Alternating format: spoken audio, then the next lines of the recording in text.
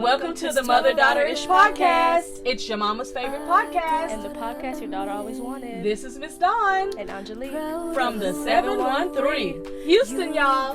Get connected and stay connected weekly as new shows debut on Sunday, Wednesday, and please check out our Saturday Out and About showcases. Enjoy the show. Please subscribe, like, share, comment, and tell every woman on the planet that you know about our show. Here's our show for today.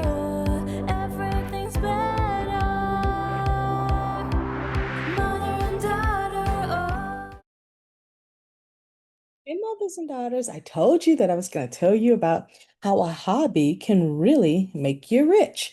And I don't just mean rich like, just a livable wage, but I mean like literally you can get rich off of a hobby. I want you to think about this.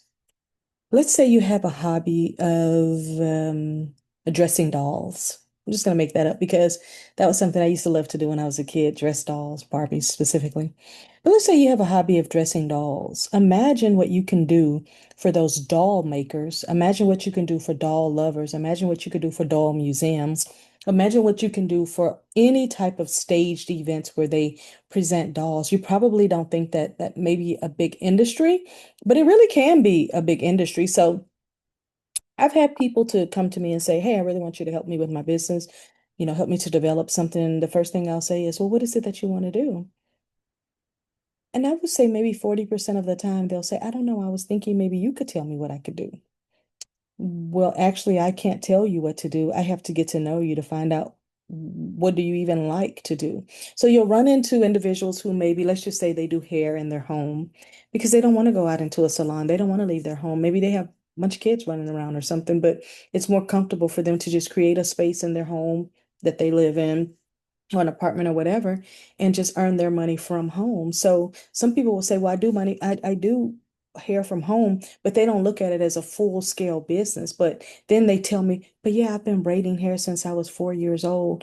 I was taught by my auntie or my grandma or somebody like that. And it's just something that I love to do." I actually had a lady that told me when she braids hair, it's comforting to her because as she's braiding quietly, she's thinking about all these things that's happening in her mind. And I was like, "That's really cool because really braiding is a meditation action for you." And she said, "Yeah, kind of something like that." And so then I asked that particular lady, "Well, how much are you earning right now in your home?" She said, "Oh, like $2,000 a day." And I was like, "How many folks' hair do you have to do to earn $2,000 a day?" And she said, "Like six." I said, "That is awesome. That's not a hobby.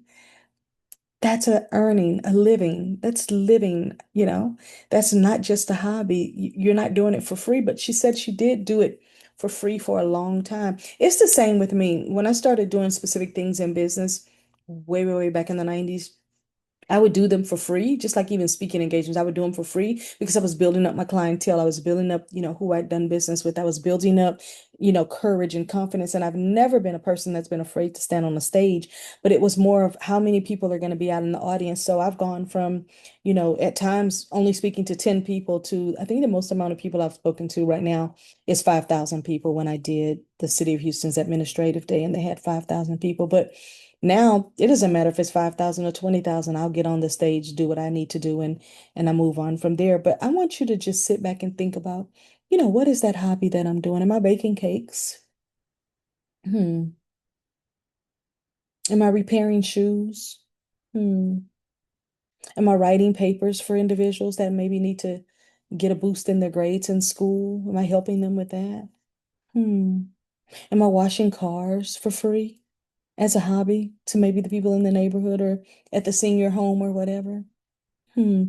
Think about the things that you do for a hobby and how they can turn into a business for you. So that's one of my tips for you today as far as a hobby is just sit back and reflect on what is it that you do that could actually turn into a business. Because I guarantee you, if you were to Google the thing that you do for a hobby and say, "Okay, how can I go to ChatGPT and say, how can I turn this into a full-fledged business? Can you give me step-by-step rules?" I love to work on floors. Can you tell me how I can turn that into a business and what the going rate for this size floor or whatever? You could create a whole pricing sheet just for that. And here's one of the things that I hear people say, "Well, If I start charging for it, then people are going to expect a specific type of service, and then I'm going to be accountable for that service. Well, I'm hoping that you put the same excitement into doing something for free that you would put into to be able to charge for that particular thing. But hobbies are one of those things that could literally bring in money. So I'm going to do something fun with you right quick. And I'm going to go over here to Chat GPT and I'm going to ask Chat GPT a question, just one question.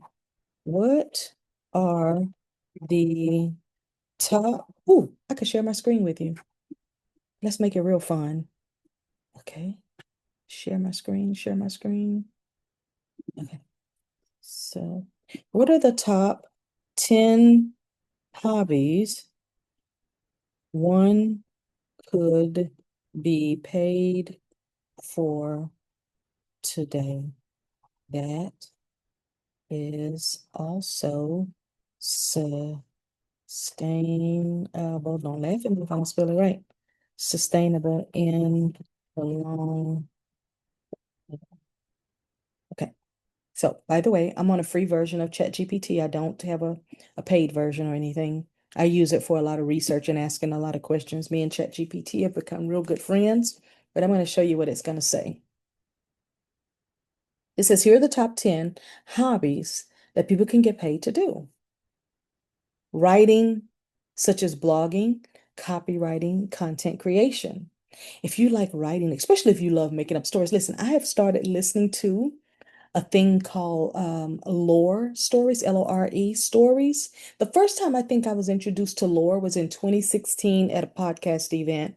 And there was a podcast all about lore. And I was like, I don't like unreal stories, so I'm not gonna listen to that. But I've been listening to a lot of things that are like conspiracy theory type talks, and it has been so much fun. It's been so rewarding to be able to see, what people are kind of discussing. This next one, I tried to talk to my son about this when he was in high school. So the next hobby could be photography. And listen, if you like videoing and if you like doing photography, if you're the person at the family reunion who's always doing the photos, if you're the person at the weddings who always captures the most amazing moments that even the real photographer or the paid photographer didn't catch. If you're the person that when you're traveling, you get all the great moments of everybody that was traveling, and you're the one who sends them all, I'm talking to myself now, you're the one who sends them all the pictures of everything they did that they don't remember. I would tell you, my last really exciting, memorable moment was a trip that I did with six other ladies to Gatlinburg, Tennessee.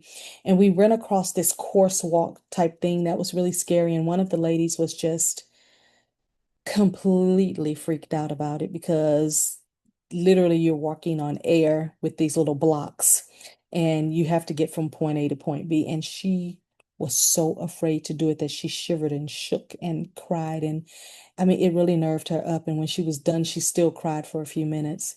And it just made her so nervous. But when she looked back at the video and looked back at the picture, she's like, and so we all kind of looked at her and I said, but did you die? And just try to make a little fun so she could cheer up a little bit. But photography and videography can be so rewarding, especially if you can put a team together of other people, maybe your family or your kid, your adult kids, or something that can help you with photography. For example, let's say you have three people. You could say, okay, I'm the main photographer. My goal, let's say we're doing a baby shower wedding. My goal is on the people who are the main attraction. And then your goal is going to be on the guests. You go around and you get all the different guests. But then I want you to go around and get all of like the cake and the food and the building and the outside, the inside, the furniture, the games that they're playing and all of that. So everybody has their one goal. And just imagine once that video is put together and you can bring all those amazing moments together and then take it and clip it up into things that just makes it. Now, I know you probably say, well, how much money can people make off of that? Sometimes you can do thousands of dollars off of these special events. Because remember, if you attach yourself from the hobby to making it a business and then attach yourself to a niche in that same business, now the price can go up. And once you've done it and you've done it well and you can put it on social media or wherever they hire people from, you will be able to have proof that you can make magic happen for events. So imagine a baby's first photo. a 1 year party photo, or a real family barbecue where all the elders are there and they want to capture those moments. It could be a family reunion, it could be a wedding. Can you imagine? Look at the wedding industry and how many billions of dollars are run through the wedding industry. And photography is one of those amazing things, other than the venue, other than the food, other than the specific vehicle. And let me tell you how I know this, because when I got married in 93, I wanted a Rolls Royce. I wanted to go from that church to that reception in a Rolls Royce. So I took my sweet little time and went to all the little country towns around us. And spring in Spring, Texas, they had like a little country market, and there was a Rolls Royce that they were renting out for weddings. And I was like, I'm having that white Rolls Royce. And that's what I wanted, and that's what I got. So having your niche, even in a particular industry, that's even more ways to build generational wealth and to build your business. But then look at crafting and homemade products. Now, I don't do specifically crafting, but I do make my own soap. I do make my own toothpaste. I do make my own lotions. I do make my own oils and things like that. If I wanted to sell them, then I could sell them. I right now just do it for myself and my family. So, but just think about the things that you could do if you wanted to make soap in bulk. You could do like those weekend markets and spring markets and things like that and sell your products. And I have met so many amazing people that they make their own crafts and their own homemade items, and all they do for a living is go from market to market to market to market, and that is how they earn their living. I met a lady, what was it, last year? She had a clothing boutique on wheels. So it was like a trailer. Let me not say trailer. Let me just say it was like a hitch, and inside of the hitch was this beautiful boutique with hardwood floors and chandeliers. The back side of it had, and we're talking, it was barely 200 square feet. But in the backside, she had a dressing room where you could go in and try the clothes on. I mean, one, two, three, four. She had about maybe 10 different racks in there. And then she had the jewelry all up at the top on racks. When I tell you it was the most beautiful boutique on wheels I've ever seen in Cypress, Texas at an event, it was beautiful. And I just kept complimenting her and taking pictures of the place. And I was just like, oh, this is amazing. Do you have a actual brick and mortar store? And she said, no, I travel this all around the country and sell my items. So I'm from one weekend, I'm here. She said, like, I'm here Saturday. I'll be at a whole nother event in Dallas tomorrow for Sunday. She said during the week is usually kind of slow. So she'll do like pop-up shops and things like that. But that she was doing over $12,000 a month. And you got to know, when you have a boutique, you're getting all of that clothing really at an affordable rate, especially if you're using like Alibaba, or you're using Amazon, and you're using those different places where you can get the discount things. Like, for example, I know I was on something the other day looking at some dresses, some summer dresses, and they were like 40% off. And it said some of them started at like $1 or $3. And that thing does happen. I remember one time I was on Fashion Nova about 5 years ago, and I still have the dress, by the way. They had buy dress, you could get dresses for free, and you just paid the shipping, which was about maybe $3 or $4. I ordered one in every color. Let me tell you, I sure did. So the next thing that ChatGPT says, cooking and baking. We talked about that. I just said that a few minutes ago. So let's say you have the recipes from your family lineage. Let's just say from the 1800s. And y'all got the best cornbread recipe that ever had hit the planet, in your opinion. And let's say your recipe was so good that people drove miles and miles and miles to get that cornbread. Not only could you sell it to those individuals wherever you're going to do your pop-up shop or your restaurant or whatever, or deliver to multiple restaurants in your area, but you could literally create that mix and sell it in the stores. I have been in the biscuit aisle many times. As you can see, I'm not missing any meals, don't plan to.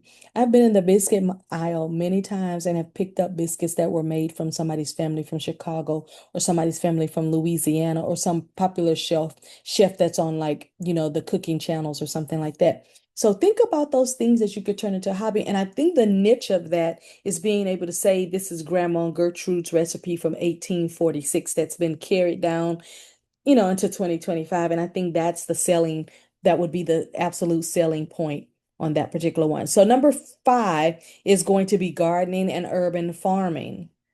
I'm going to be honest with you. Buying a piece of land and putting a farm on it is very attractive to me. But I do know that I'm not a farmer.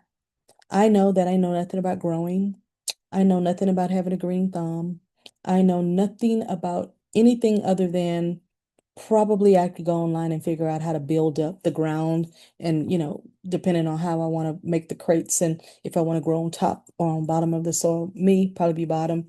I know nothing about, for example, if I had chickens, I don't know anything other than creating a chicken coop, but I don't know how to keep the snakes out. I don't know anything about that, but I would absolutely pay a family or a team of people to come out and help me get started and educate me also on it so that once they're gone, I can understand how to sustain what they've helped to create. For example, I've always wanted to grow corn, for the seeds, for the popcorn and all that.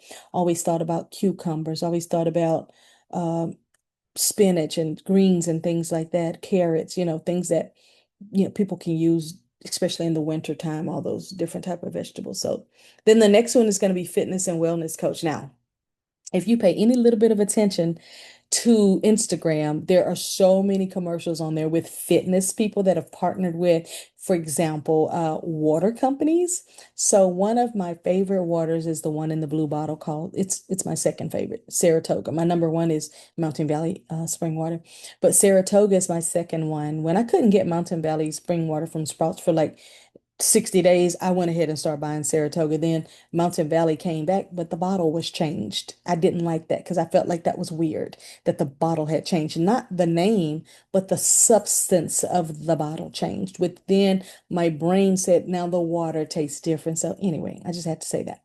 But I've seen so many fitness instructors, men and women, on Instagram that are like running with the water or putting ice, pouring in the Saratoga water and dipping their faces in it or bathing in it or running, chasing somebody who took their last bottle of Saratoga. It is made for really, really fun commercials for these fitness instructors because they get a chance to show off their fitness and their bodies and their running capabilities and things like that. As a matter of fact, one of the really, really popular guys that promotes the Saratoga water, I saw him in DJ Khaled racing. When I tell you it was the funniest thing, I needed that laugh for that day because it was so hilarious watching them running full time. Playing video games and streaming. I remember having a client in Mississippi, and she wanted to do a nighttime event for kids to do gaming, and it was on Valentine's, so the parents could go have a date or whatever. And she owned a child care center, so I said, "Well, do something that's going to be interesting to the kids, like do a video gamer night, do a gaming night." So she did a gaming night. She bought out prizes. Whoever won like an iPad or something like that. And I don't know if she bought the iPad, if she had it donated, like a Samsung iPad or something that if she had it donated to be able to give away. But either way, whoever won the gaming also won an iPad for the evening. And the parents picked up the kids after midnight. But by the time the parents got there, they had, had their gaming night. They had created ways on how they could make the game better. She made them come up with a whole plan of how they could make that game better. And I was like, see, you're teaching STEM and they don't even know it. And it's great to hide it from them so they don't feel like it's some kind of work requirement, like from school or something. But gaming can make money. I heard T-Pain say, and he's a rapper, turned entrepreneur businessman, in my opinion. I heard him say that he gets paid $60,000 every hour, or it could be every day, I'm not sure, but $60,000 stuck in my mind to play video games on Twitch. Now, I don't know anything past Pac-Man, so I'm not a good candidate. But if you are, get yourself on Twitch and start playing video games. I also saw a mother and son playing a video game, and mom knew nothing about the video game, but her commentary was so fun playing with her son that they also making, 5 to 6 figures on just playing video games and having fun. And it's not always about the competition. Sometimes it's about the funny things that happen when you're playing these games. I know when my youngest son lived at home, he would play video games in his room. And if I'm sitting here in this room, I could literally hear 7 people talking. And I would be like, it literally sounds like he has company in there. And I guess he did, but they were all on the video game playing together. And I could listen to how he was building, friendships and relationships with these individuals on the gaming system because he wasn't one of those go hang out with dudes or go walk around the neighborhood. He just wasn't raised to have that thought process because I always wanted to just really keep them out of the neighborhood from, you know, any other person thinking that they're threatening while they're not. But sometimes people see boys walk in the neighborhood and they look at them as a threat when they're just minding their business, going from friend to house or whatever. But he would get on the gaming systems, Twitch and whatever else they play on, and he would literally have a ball playing these video games. And the weapons that they were using on those games would be like, oh my gosh, this sounds so real. I mean, he would have it turned up to 100 max and be having enough good old times with those guys. And he still plays video games. So some of those guys, they've grown up since high school together because I didn't let them get those kind of video games until they were in high school. So think about music and playing and composing and teaching music. I know that was one of my favorite subjects when I got to like middle school, high school, was being in music and, hanging out with the music teacher while we were doing whatever we were doing. I never played like an instrument, but the singing part was always really awesome, finding out, well, what your voice is. Are you a tenor? Are you, a bass? Are you a soprano? Like figuring out all of that. The only thing I can tell you that I do regret is that I didn't retain the knowledge of being able to read a music sheet. I used to be great at it. But when you don't continue a hobby to perfect it, you do forget some of those steps. So teaching individuals how to even read music sheets, that could be a business. Teaching people how to play an instrument, for example. I had a friend who wanted to learn how to play the piano, and she says, oh, I'm getting a baby grand piano in my house, and I'm going to be able to have evening parties, and I'm going to be able to play the piano. Well, she got on YouTube. She learned how to play the piano within 6 to 8 months. She got her baby grand piano right in her living room, beautifully set, beautiful, beautiful white piano. And she was able to have her evening soirees and she was able to play a number for her guests, which was, I think, the highlight of that time period for her. And I'm so happy that she decided to just get on YouTube and learn instead of feeling like she had to go and pay somebody thousands of dollars to learn, because what that gave her is an opportunity to get something off of her bucket list that was going to be rewarding for her to be able to do. So I'm so happy about that. Art, design, and digital. Listen, that same son I was just talking about, he's a manga art drawer and anime and all of that. And he loves doing that. And he's got cartoon shows and all that stuff he's doing on YouTube now and actually getting paid for it. And he's enjoying it. It's kind of like his hobby that he does when he gets off of his regular traditional job. He works a regular traditional job from sometimes 7 a.m. to 2 p.m. And if it's late, it'll be at 7 p.m. And then there are days where he's off, where he can just do all of his anime type of stuff that he loves. And that kid has been doing Japanese art and anime since he was probably 3 or 4 years old, before he even knew how to actually create a face and actually create a hand that looked like a real hand.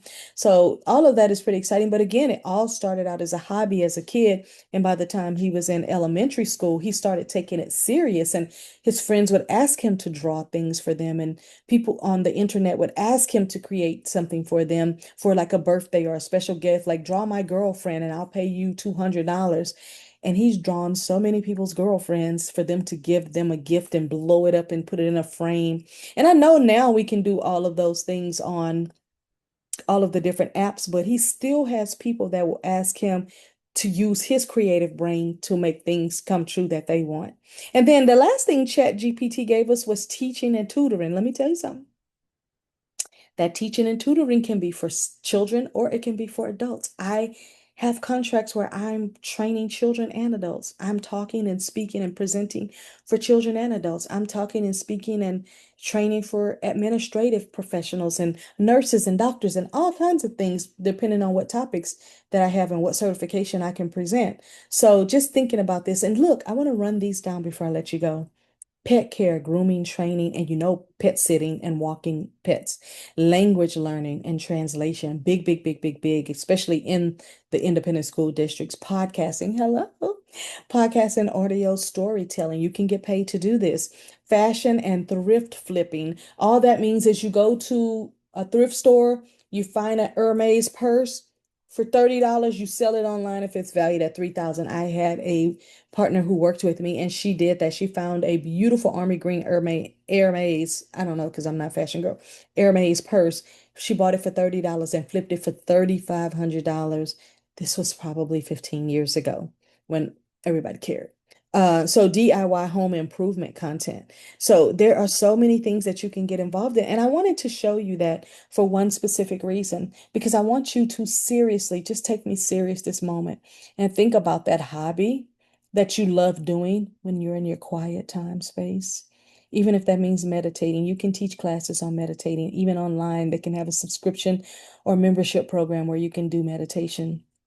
I remember one time when I learned that I had a friend who used to pay someone to come to her house to do breathing techniques. Now, of course, she was in her 70s at that time. She's now almost 90, but she was in her 70s at that time. And she said that she felt like she wasn't breathing properly and that she wanted to expand her lungs. And she just gave me all these things. And I was like in my 20s, and I was like, that's so dumb. But then after I started reading about breathing techniques and how that can expand this and do that and your mind, and I was like, oh my God, that was so smart. I was so dumb. But look at that thing that you love that forget about I can turn it into a business and make a whole lot of money. Start with how can I plan and prepare to start this hobby into a business that I can then turn into a legacy and a lifetime of money and earnings. Think about it in that way instead of jumping on the first trend, you know?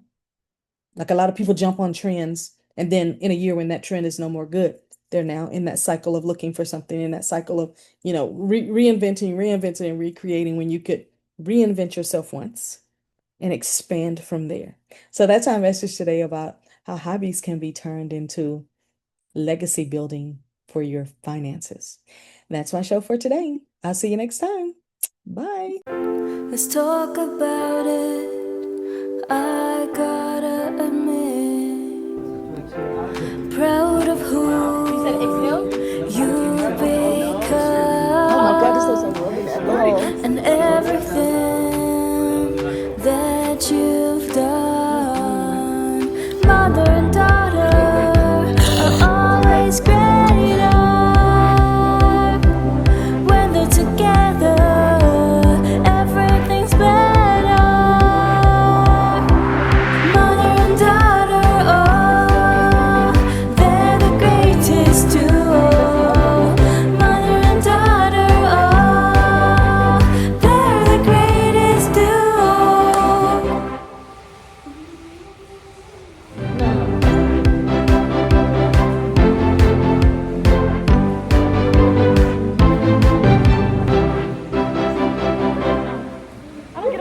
I don't get on TikTok like that. It's not on TikTok. I'm not on TikTok. That was on IG. Anything you see on IG is on TikTok.